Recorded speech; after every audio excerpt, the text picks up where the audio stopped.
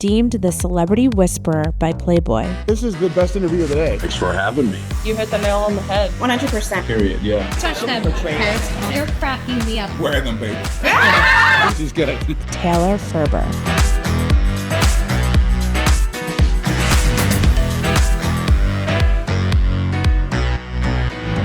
Okay, everybody, it is time to take a deep, hard look in the mirror and ask yourself, do you actually know things about anything, or is your brain literally one big pop culture meme? Okay, it's the ugly truth, people. And we're going to look at it today with no other than royal and showbiz reporter. And she's really a little culture connoisseur. This is Kinsey Schofield. You've seen her before if you're an OG of the show. And Kinsey is the perfect person to talk about all of this with because she is so smart. She's so well-versed, not only in royals, but pop culture, and she's politically educated and well-versed. So we're going to dive into all of this today. And she has some serious street cred. First of all, you need to go check her out on Kinsey Schofield Unfiltered on YouTube, and her work is always being picked up by the likes of the New York Post, Daily Mail, the Times in the UK. I could go on and on, but without further ado, my girl Kinsey. Hello, my love. What a time to be alive. Am I right? Time to be alive is right, but I can't believe you got to interview Tucker. I was so jealous. You were standing next to handsome Tucker Carlson. He looked so tickled to be with you. He loved your questions. How fun was that? I have to tell you, Kinsey, it's so funny because I've said this on my show, I by no means am a Tucker stan. Like, I've called him out, I've disagreed with him, but I really respect, especially in our space, what he does, right? That he sticks it to the man, calls out authority, says what he thinks. And further to your point, thank you for that observation. We had so much fun. Like, above all else, I was like, when am I going to hear Tucker Carlson ever talk about tidy whiteys again? Like, we just had such a blast. Or cackle the way he was cackling. Like, he the iconic. Let's say Spirit of meme. Iconic cackle. But it really goes to show you, right, how we've dehumanized everything, because people will look at that and be like, oh, you're some kook conservative even talking to Tucker Carlson or praising it or whatever it is. And it's like, we just had fun human to human. And it's really kind of like talking about everything we're getting into today, but it's really so we've literally have reduced everything to so polarizing. Exactly. But it was so much fun. Have you had any who's your biggest interview lately? Oh, I mean, this is not in any way, shape, or form in comparison, but I just talked to Chris from NSYNC, and I chased NSYNC around in my youth. My youth minister's wife and I were kicked out of this private little NSYNC concert in Dallas, Texas. I had to hide in the trunk of her car. So, like, to me, I was so excited to talk to a former member of NSYNC. Oh, I'm sorry, they're just on hiatus, whatever. But no, I want to just really briefly go back to Tucker, because I think one of the reasons we admire Tucker is because we've both worked in mainstream media. Yeah. We've seen how backwards it can be, and he dominated it. He was kicked to the curb. I truly think he was kicked to the curb because actually I have to be careful about this because they're my bosses now.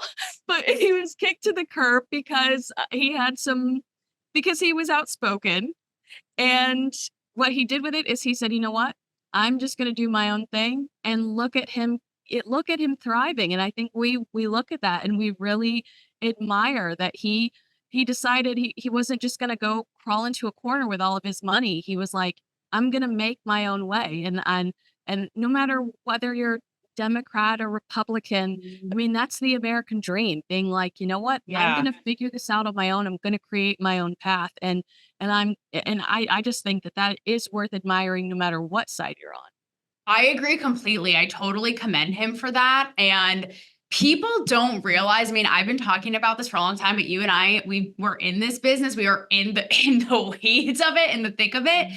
It's almost like if you're the rare exceptions of the Tuckers, the Joe Rogans, like, bitch, everybody is bought out by, like, nobody, like, watch your ass, watch yourself. It's like so rare to have someone of actual independent thought, because everybody owns everyone. Everyone's looking out for their corporate public interests. And so no thought is basically free. Like everyone is watching their ass. Everybody is controlled. And that's just why facts. that's why we're like enamored by what Elon Musk says, because we know he doesn't care. You want to share what you have to say? I'll say what I want to say, and if the consequence of that is losing money, so be it. Like we're like, I love Elon. Own it, and nobody owns him. Like, what does he say? What? Wow, that's fascinating that he feels that way. It's so there's so much, there's no question about the authenticity there. I love Elon, and I will say it forever. Like, he just does not give a flying fuck for the reasons that you mentioned. And so and he just says that he literally is just common sense. I really think that people like him are that's that kind of thinking that is the future, that forward thinking, no one, I'm not bought out by anybody. I don't know anybody's shit. Like, my job ain't on the line. I own myself. And like, I just love an Elon moment. That's all I hope that's the future. I don't know these days. It seems like we're getting shut down left and right. So we hope that that's the future, where we have freedom of speech and debate that is like, I don't want to use the word kind, because debate doesn't have to be kind, but it should be people should behave themselves. And I feel like we've lost that recently. There's either no room for debate, or it's completely vicious and polarizing, like we said earlier.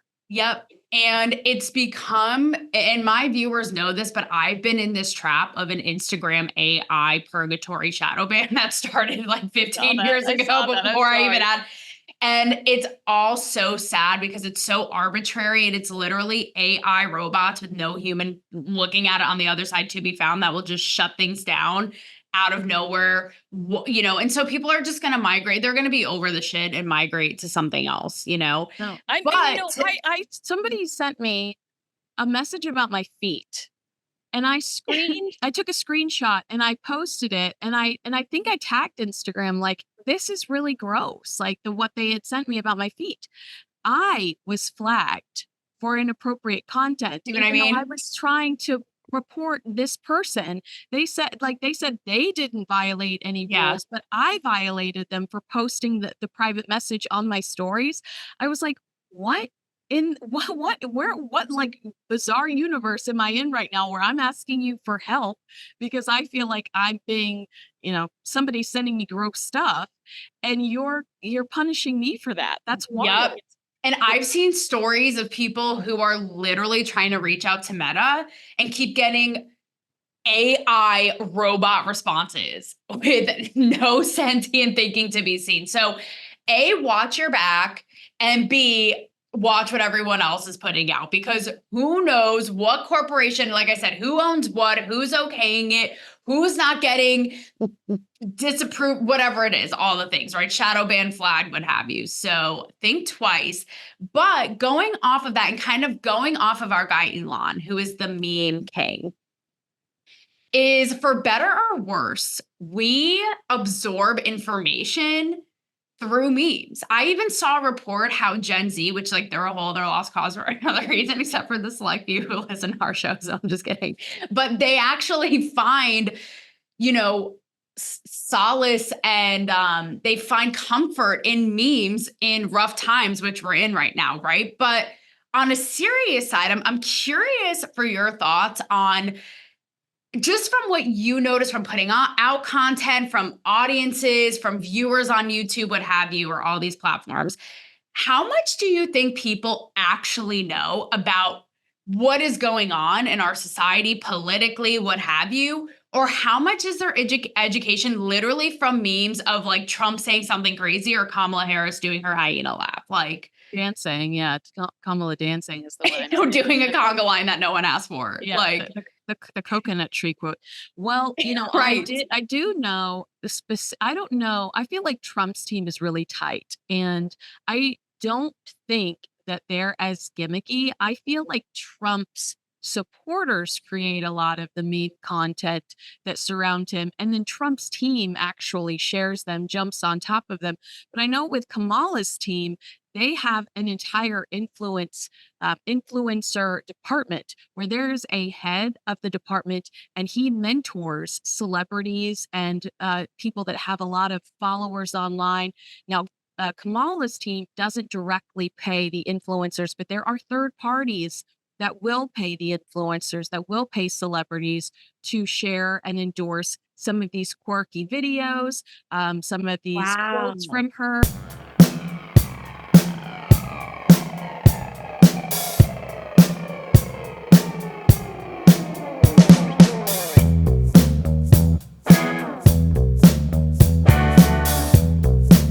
And the objective is to catch those people that have that short attention span.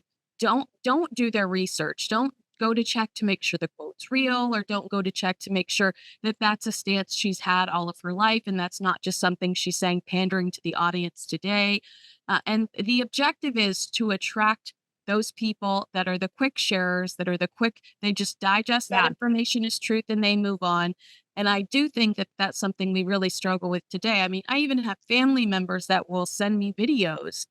I will be able to tell within 3 seconds I'm looking at an AI video, and I'll say that's not real. They respond, it is, Google it, and then they come back 3 seconds later. Oops, I Googled it. You're right, it's not real. So I think we all need to be much better about, if we are suspicious of something, if something seems too extreme or even good to be true, you got to source it. We all have to act as detectives these days. We all have to put on our detective hat, and it's just not going to be as easy as digesting a meme. Although I would have trusted it even during the 2016 campaign, perhaps. I don't trust anything during the 2024 campaign.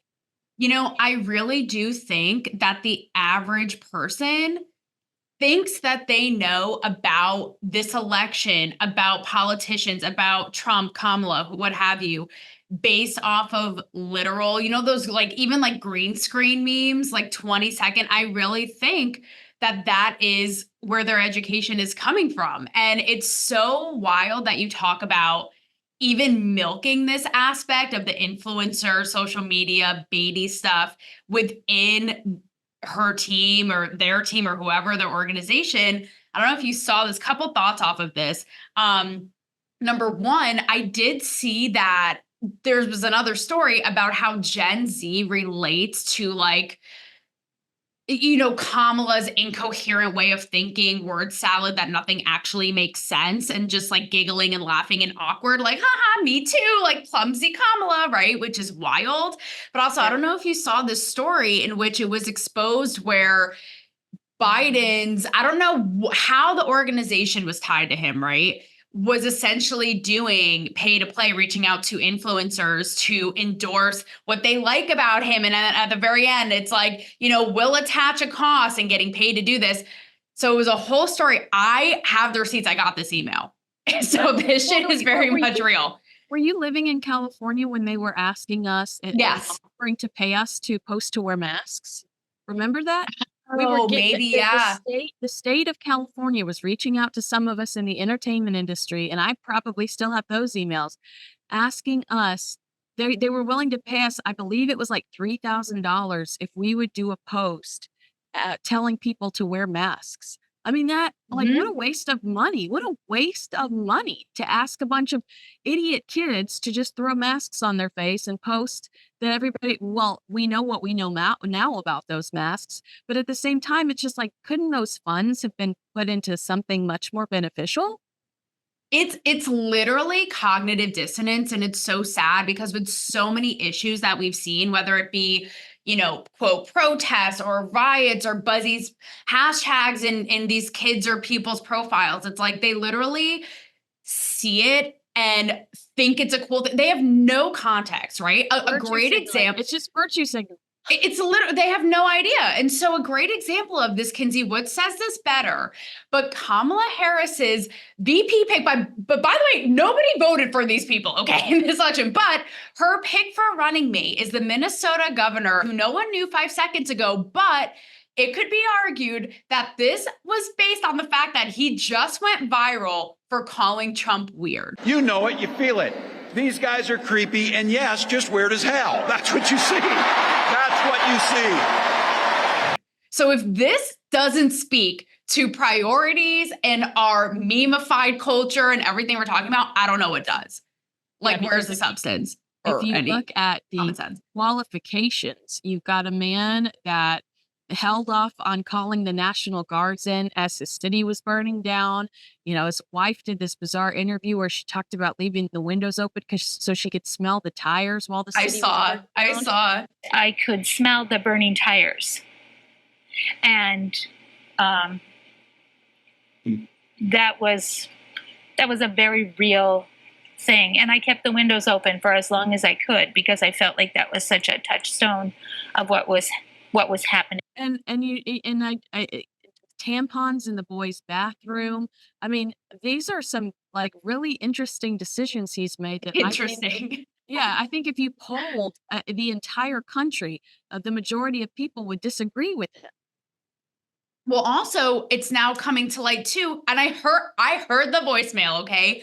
My ears did not deceive me, how during COVID, he had set up a system to where you could rat out your neighbor. Yes. For going against COVID lockdown rules.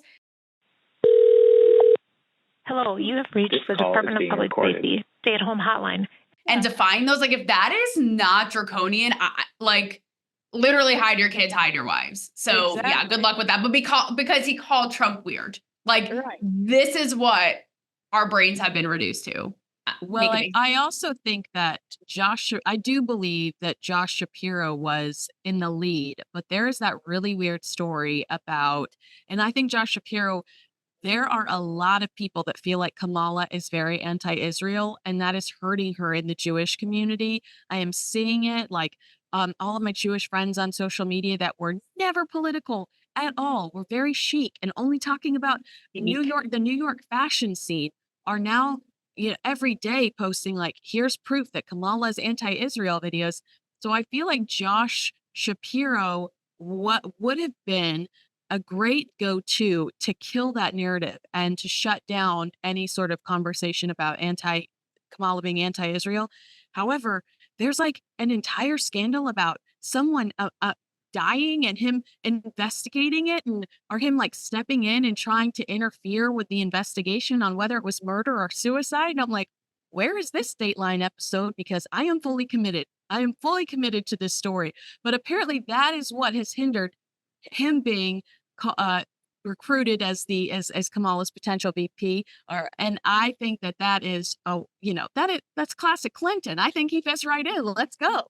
Well, I mean, he's a Jew. We can't be having that just straight out of the gate. Like, can't be having that. But the crazy thing about how polarized this whole issue has come, and I think about this a lot, going off of everything you're saying, is how you have one side, right, who believes that Kamala, Joe, they'll throw Jews under the bus, i.e. Shapiro, right? And aren't doing enough and indulge in the anti-Semitism and all of the riots that were now suddenly, quote, peaceful protests, right? But then you have the other side of the extreme that thinks that they are not doing enough the other way in dismantling Israel and that they're, quote, supporting genocide, right? And all of this. So it's just so wild. And I don't know if you saw this, Kinsey. I literally saw it 2 minutes before we hopped on, actually on New York Post,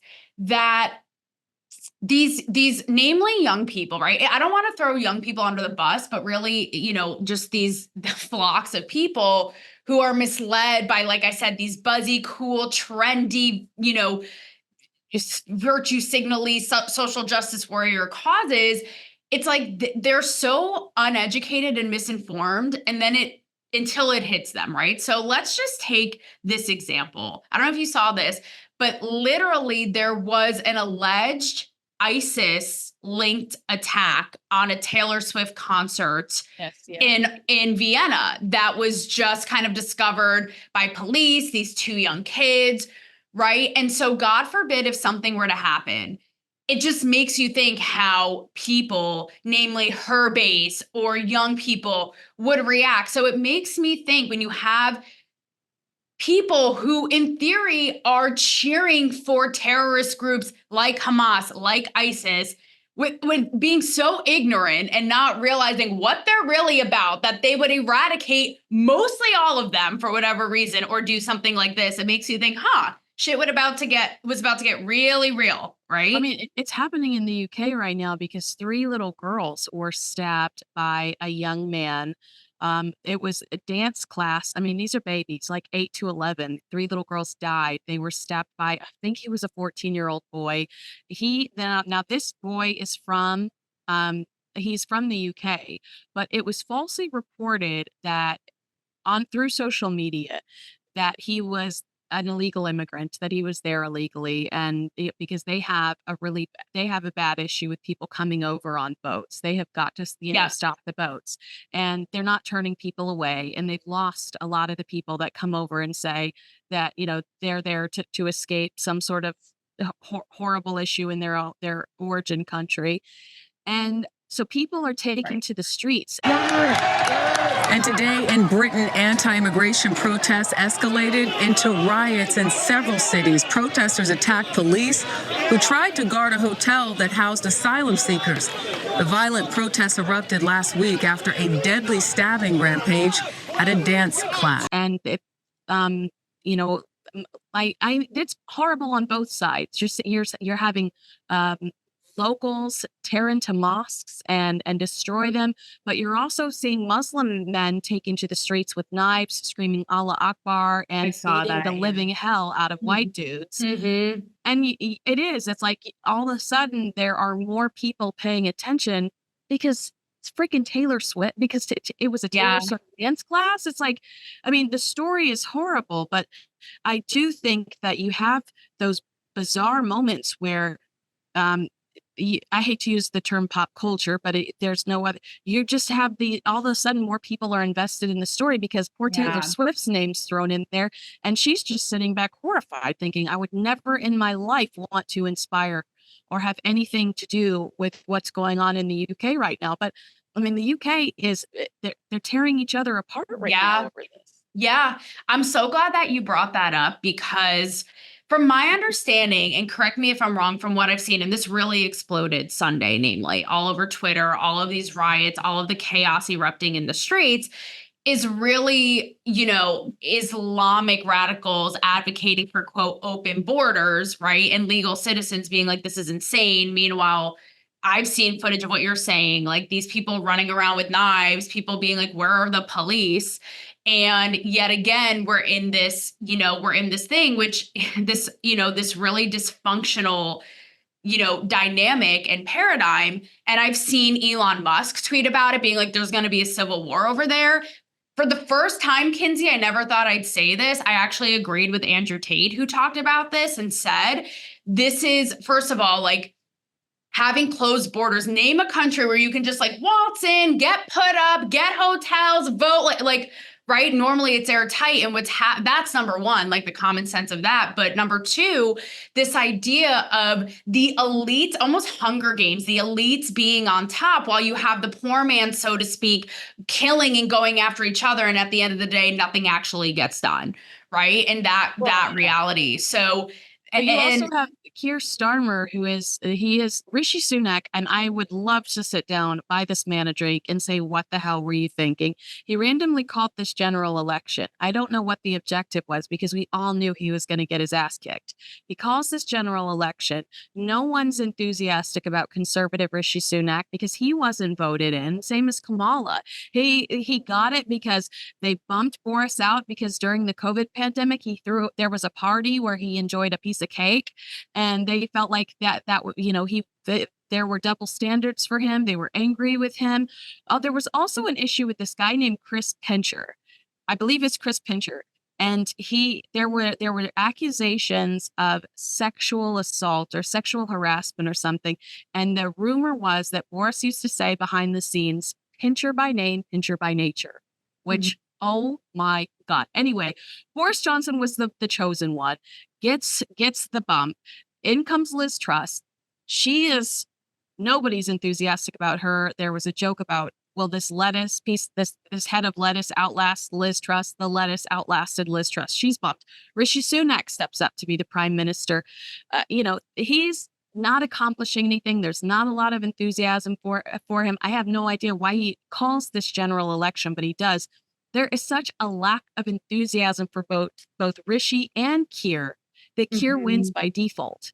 Just because people, and also you have Nigel Farage who's coming in with Reform UK, and all these people are, should I vote conservative or should I vote, because Nigel used to be conservative. So do I give this new group a try with Nigel, or do I vote conservative? It was too confusing. There was no enthusiasm. So by default, here comes Keir Starmer, who in the middle of this chaos stands up and says, we're going to protect the Muslim community. In doing so, he completely alienates the majority of the country that are saying, what about us? Because I mean, it's horrible. It's horrible. It shouldn't be happening. But you are alienating people when you only step up to defend. That's right. Yeah. And it's such a cautionary tale because sooner or later, that's what's breaking and what's going to be happening here in the States. And to your point, kind of like what I was saying before, it causes this really dysfunctional dynamic of the hardworking, legal, tax-paying citizen being like, I'm breaking my back.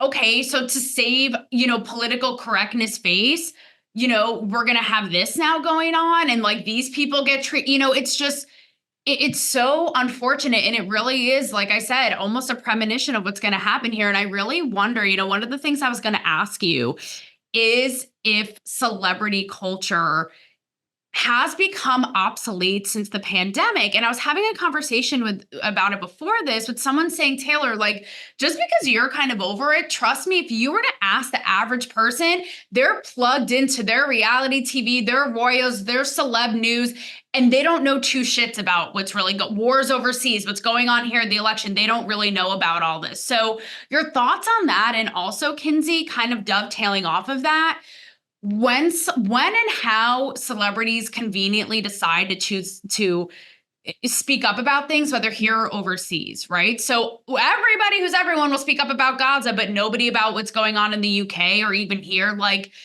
where do you land on all of that and how do you see it?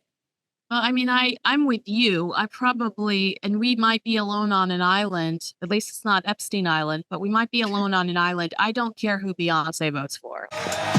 I'm running for Beyonce of the United States. Can you hear me now? No breaking. Like, I really could, Megan Thee Stallion comes out. I don't care about Megan Thee Stallion. Even when I was watching Kid Rock at the Republican National Convention, I thought, I wish they weren't doing this. I'd rather hear from a parent that lost their child to fentanyl than to see Kid Rock come out. I just think we're better than this, and it cheapens us at this point in time. Mm-hmm. Our issues are so serious. I truly feel like our world is burning down. Our issues are so serious. I think it's just so beneath us to try to go the cheap route and get the celebrity endorsements. Like, let's talk about things that really matter. And so, if people are tuned in, I don't think they care who Meghan Markle's going to vote for. But if people are just obsessed with the Bravo world and they don't know who Lester Holt is, and they're not concerned about, their tax, they're not concerned about their gasoline going up, their groceries going up, and how they're going to. I would tell you right now, I can't afford to have a family. I can't afford to have a baby. My ovaries are slowly shrinking and dying. If I can't afford a backyard, I can't afford a baby. Kinsey, don't worry, because as Kamala assured us, the prices of things go up. And therefore, when things go up, so do the prices. And also groceries go up. And so when things go up, gas goes up. So rest assured, that was her answer to curing inflation. So it's all good because things go up, like our cost of living, and it's not going down, it's going up. It make sense. Exactly. What did you just say? What did you just say? Oh my gosh, it's so and it's infuriating. And what they're going to do, and what we're seeing them do, is they're either having her stick to a prompter or they're putting her away. But no more loose interviews. They're going to basement her the same way they basemented Biden, because they just can't trust that she won't say something ridiculous. Look, I don't know about you. I think you and I can agree on this. We would love nothing more. And someone who said this really in a really eloquent way was Megyn Kelly. I would love to see nothing more than the first female president of the United States in my lifetime. Trust me. Like, I would make that my hill to die on, but not for this. Like, we can do better than this. This is just, it's just unfortunate in my opinion. This, I gotta be honest, has been insufferable. Oh my God. I'm not, But to kind of like close out and round out on all of this, you talk about celebrity endorsements, and I don't care, but unfortunately, like, so many people are influenced, as we've illustrated today. They don't know any better, and they're so easily swayed, and they're sheep, and they don't think. Like, even Megan Thee Stallion being like, hot girls for Harris. I'm thinking to myself, lady, name one Harris policy. Name one. Yeah. Name one that will benefit you. Like, Hottest for Harris. Need to know. Before we hopped on, and given that this is your forte, you talk about potentially a Meghan Markle political future. Can you shed some light on that? And also, what is it, Kinsey, about? Is it, again, this sort of almost like a Trump, like, or Kardashian, like the royal sort of fantasy reality monarchy, larger than life person? Like, what is it that just gets people to tick and be obsessed, especially here in the States? Well, I do think it's the soap opera element. We fell in love, our generation fell in love with them, or was a little more in tune with them, thanks to Princess Diana. She was this beautiful woman, and King Charles, then Prince Charles, average looking, went and cheated on her with somebody that, doesn't even remotely compare. Queen Camilla. I know it's disrespectful, but she doesn't compare in the looks department. She smokes a pack a day. Diana was a ballerina. It's just like, what? Like, what are, and I think that we had a hard time digesting that. So that was the story we were committed to. Now we've got Harry and Meghan, the royal rebels. Yeah, we do. And with Meghan Markle, she has always had political aspirations. She did some volunteering with the UN. She did this speech where she stood up there and talked about writing Hillary Clinton, trying to get Dawn dish soap to change a commercial from women everywhere in the kitchen, or scrubbing to people everywhere. Yeah, right. That story. She loves that story. Finally, I wrote to the soap manufacturer. Procter & Gamble changed the commercial. Women all over America are fighting greasy pots and pans to people all over America. It was at that moment that I realized the magnitude of my actions. But Meghan never really fit in with the royals. I think she did not want to live a life of service. Her ultimate objective is to promote herself. I think she wants money and she wants power. A great way to do that is through politics. As soon as they left the royal family and moved over to the States, she started calling senators, saying, "Hi, this is Meghan, the Duchess of Sussex," trying to sway their votes when it came to a time off, something involving a mother's time off. I remember some of the senators at the time were like, "How did you get this number? And why are you referring to yourself as the Duchess of Sussex? You live in America now." But her father has said she has big political ambitions. I truly think, and we saw her campaign when all women vote during the 2020 election. I truly believe that we will see her get involved in some way, whether it be fundraising or an all-out endorsement with Kamala's campaign, because it's a way in for her to start her political career, to launch her own political ambitions. And I really truly believe that power is the ultimate objective. Yeah. And Washington, D.C. is a great destination for that. And so I think we will see her before this election is over endorse Kamala. And it might be something subtle. They subtly endorsed Biden on the Times 100 ABC special when they encouraged people to vote for change. Well, Trump was in the White House. So if you're voting for change, We've seen her critical of Trump, call him a divisive figure on Comedy Central. And Trump has threatened to deport them. So I do think we will see a pushback from Harry and Meghan, mostly Meghan, because Prince Harry's really not in a position. He's not a citizen. I think that it will annoy the royal family. It will annoy people that respect the royal family. And a lot of us are going to just be like, you're an idiot. Shut up. We don't care who you're voting for. Like we already knew Meghan. It's all so insane. Like I said, it's literally one big reality show. That's what it's boiled down to. Harry and Meghan are perfect for it. Consistent drama, they're hypocrites all, they're consistently doing one thing, saying another. And that when you have receipts, that's good TV. Like just so you can constantly go, Meghan, you are trying to be the face of anti-online bullying. And Chrissy Teigen literally told a child to go kill themselves on the internet. Your friend, Chrissy, like you can't, like what? Do any of these people ever make sense? Case in point, like nothing has to ever make sense or be coherent, right? Yeah. Or actually, what do you know, be beneficial for we the people who can't even afford groceries. So What a time. Before we go, and yes, the fact that there are literally, people are obsessed. So I'm sure people would jump on this mindlessly, just like everything else. If she were to pursue this future, there are TikToks with millions and millions of views and followers, whether it be diagnosing Kate Middleton, whether it be Prince William's bank account, like it's insane. But as we wrap, and thank you so much for jumping on today, by the way, so well-spoken, so on it, smart, gorgeous, all the above. A, have you met any of them?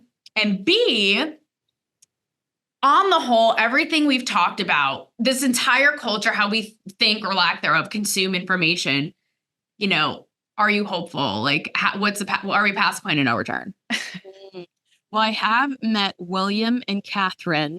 In the way I met them was when they come out to talk to people. So it wasn't like a one-on-one in like a castle or something sophisticated, or I was just in a group of people that were waiting to meet them. And I spent much more time with William, and I could not believe how animated and light and fun he was. I've always imagined him being, especially because I cover the Harry and William drama. I felt like William was a much more serious, probably angrier is probably the right it's horrible to say, but he's not that way. He was silly and joking and carefree, and it just so big. He reminded me of his mother, Princess Diana. And then Catherine was much more laid back. She was much more, I should say, guarded, and that's okay because I can't imagine being in her position. But she was sweet and kind and gracious, but I felt like she was much more closed off, where he was just like so big. And then I really don't think I've been very close to anybody else other than seeing them at a parade during Trooping the Color. I think that's really, I've been feet away from them, but I've been the closest to William and Catherine. And then when it comes to like, I'm scared, and I'm like, I think I'm a faithful person. Like I'm pretty faith driven, and all I can do is pray. But I have times where I'm overwhelmed about what's to come, and I just stop and I pray and I say, like, I hope that God, please just let it work out the way it's supposed to. And I trust. It'll be okay. We'll be okay no matter what happens. Mm-hmm. But obviously we want to turn our country around, and we want it to make it a more pleasant place to be. And we want it to, it's just not a good, and that's honestly why I was so excited about RFK for a little while, because that's his tone. Yeah. I found out that he threw a dead baby bear in the middle of Central Park, and things went south for me. But, I just want things to be happy and comfortable again. And they're not. I mean, you're too afraid to put a bumper sticker on your car. You're too afraid to wear a hat these days. Yeah. It's sad.